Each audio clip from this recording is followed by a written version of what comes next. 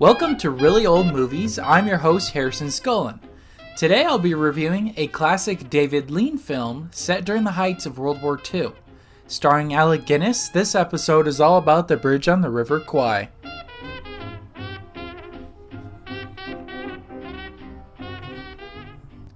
So, a short synopsis of the film. A group of British soldiers is brought into a Japanese prison during World War II. The Japanese can't seem to break their spirits, and the British don't take their captors very seriously. The soldiers are commissioned to create a large bridge over the River Kwai to help Japanese supplies move across their country. Hesitant at first due to Geneva Code regulations, Colonel Nicholson, played by Alec Guinness, he's able to convince the Japanese to let him and his other officers lead the men into building the bridge. An American prisoner, played by William Holden, he escapes the prison camp, and he and a group of commando soldiers return back to blow the bridge up. Colonel Nicholson, blinded by his pride in the complete bridge, almost kills one of his own for the sake of the bridge. He collapses and sets off the bomb, and he blows up the bridge. So that right there is the plot to The Bridge on the River Kwai. Now, I've never seen this film before. This is a first-time watch for me, and I'm going to break down some elements of it that I wanted to discuss. So we'll start off with the plot itself and what I rate it on a scale of 1 to 5.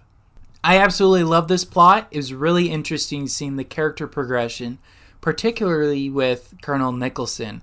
At the beginning of the film, you're rooting for him because he's very stubborn. He's not giving in to the Japanese. He refuses to let his officers work, even though the Japanese don't really care about the Geneva Code. He is very, very stubborn.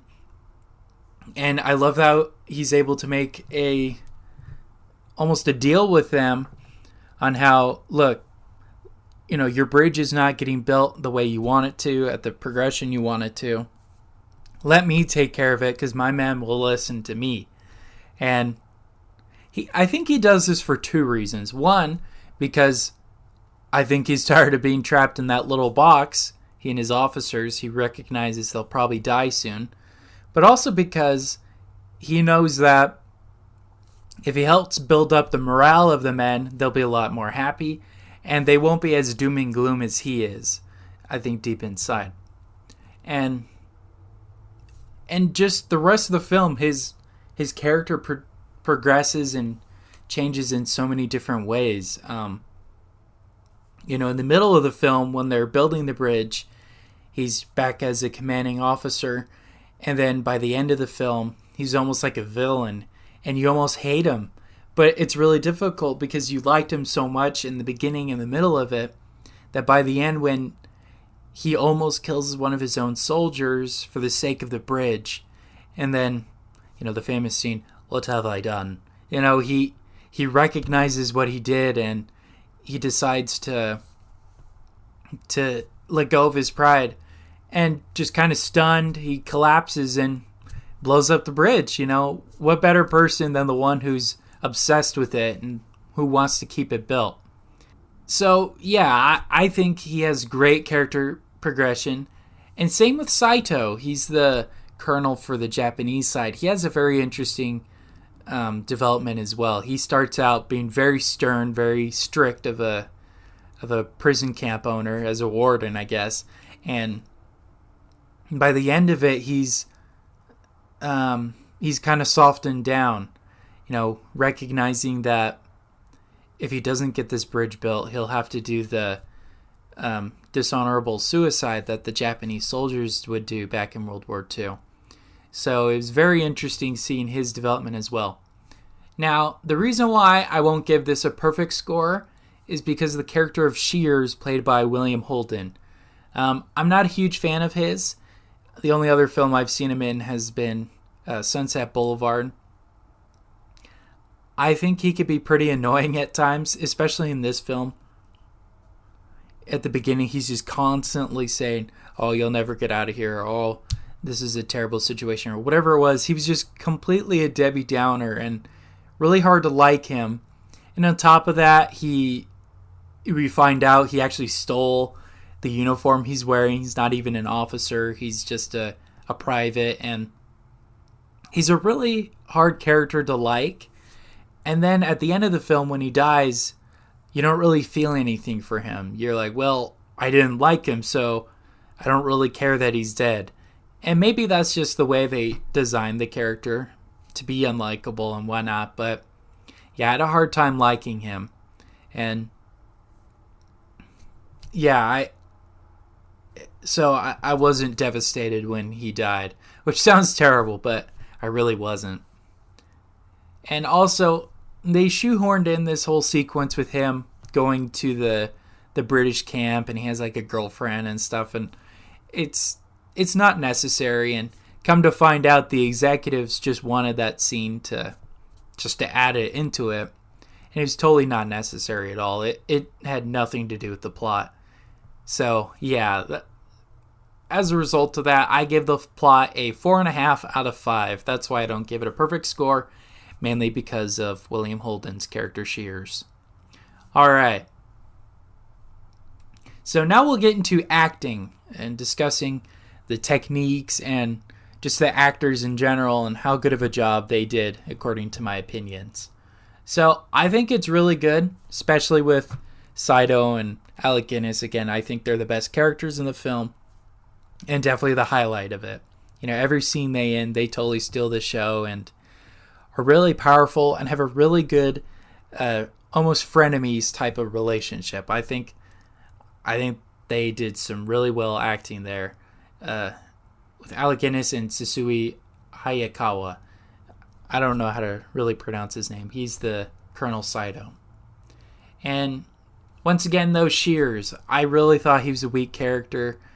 I think William Holden was kind of hamming it up too much. And if they were really trying to have him sell the movie for America, it wasn't doing a very good job because it didn't paint American soldiers in a very good light. And again, he's the only soldier, and he kind of seems like a deserter anyways, so maybe it's more realistic. I don't know, but he didn't sell it for me. So because of that, because he's a big portion of the film, I give it a 4 out of 5 for acting. But once again, Alec Guinness and Sasui Hayakawa, they're really good in this one. All right, now the directing. So like I said earlier, this is directed by David Lean. He's now becoming one of my favorite directors. The only other film I've seen by him is Lawrence of Arabia, and that movie is beautifully shot. This one is too. The really wide angle shots of the bridge and throughout the jungle, I think, are some of the best pieces of cinema I've seen. And they're just beautiful, and you really can tell that they were in the jungle. It wasn't like they're in a studio lot in Warner Brothers or Columbia or wherever it was. They were really there. They were really in the jungle. They may have not been at the real Bridge Kwai, but they were definitely out in the jungle, getting sunburned, building bridges. Like, yeah, they really put all that together. And the scenes in particular, I think David Lean directed the best, were the interactions between Colonel Nicholson and Colonel Saito. And he was really spot on in picking these rivals. Colonel Nicholson is a constant thorn in the side of Colonel Saito, and really cool that they were picked for these roles, because I think they were born for them. And so as a result of this, because of how beautiful it is, and I think the scenes were pretty well executed, I give it a 5 out of 5. And now we'll move on to cinematography, which I kind of touched on a little bit, but just the fact that they were willing to shed blood, sweat, and tears in the actual jungle, and they were able to capture that stress and that toughness, it, to me, really shows how dedicated these actors were and how dedicated the cinematographers were too. It's a beautifully shot film, and I watched it on 4K with the HDR color range, and it is beautiful. on this disc. I think this is probably as close as we're going to get to the original negative of it. It may be the original negative. I'm not entirely sure, but yeah, the cinematography is just gorgeous, and for that alone, I recommend watching the film. But there's a lot of great things in it too. So as a result, I give the cinematography a 5 out of 5.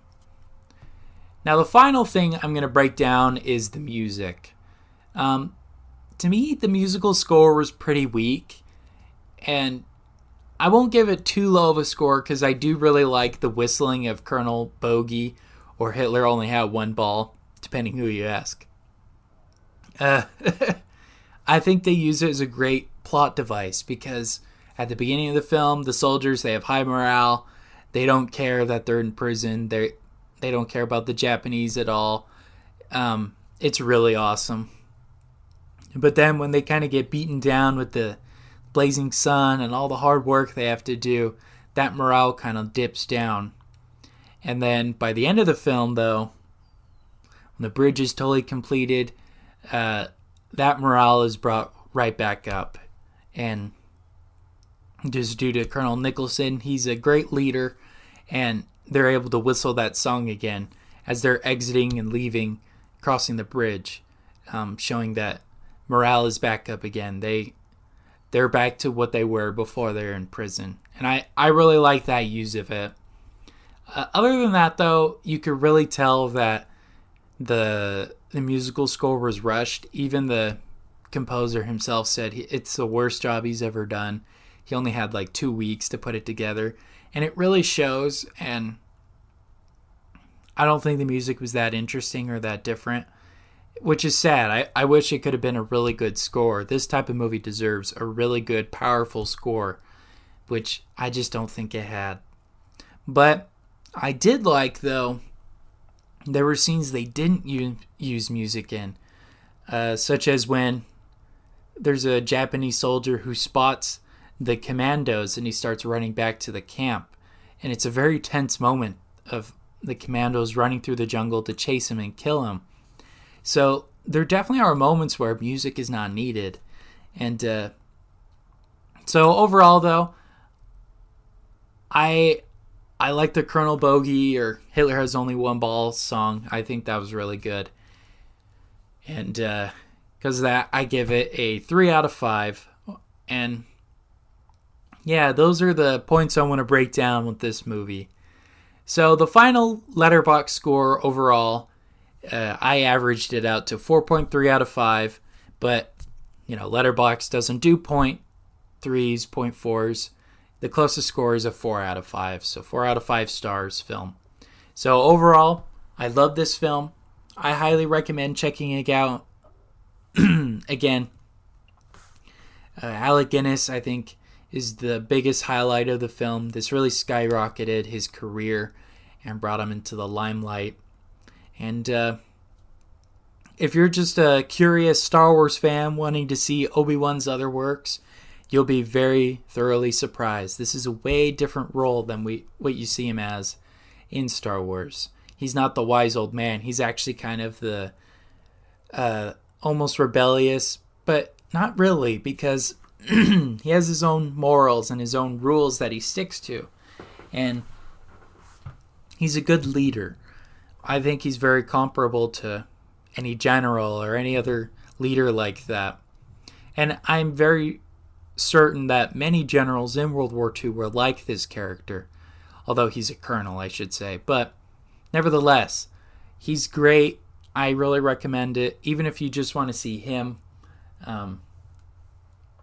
Really good, really superb acting on his part. And on Sasui Hayakawa as Colonel Saito, he was the best Japanese character.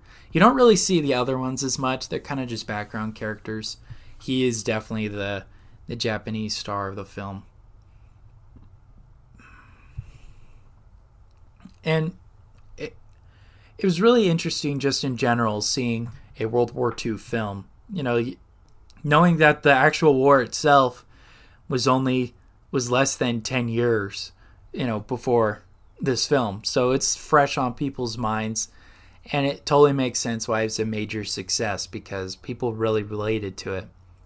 And even though it's about British soldiers, I think a lot of Americans really resonated with it too. It kind of shows the tough, stick it to the man spirit that there was during World War II. And overall, I love this film. I'm definitely going to watch it again. And I really recommend checking it out on 4K Blu-ray. I think that's the best way to watch it right now. And totally worth it. It's, I think, only like $20 on Amazon right now. And I've provided a picture of what it looks like, the one I have on my Instagram page. So, yeah.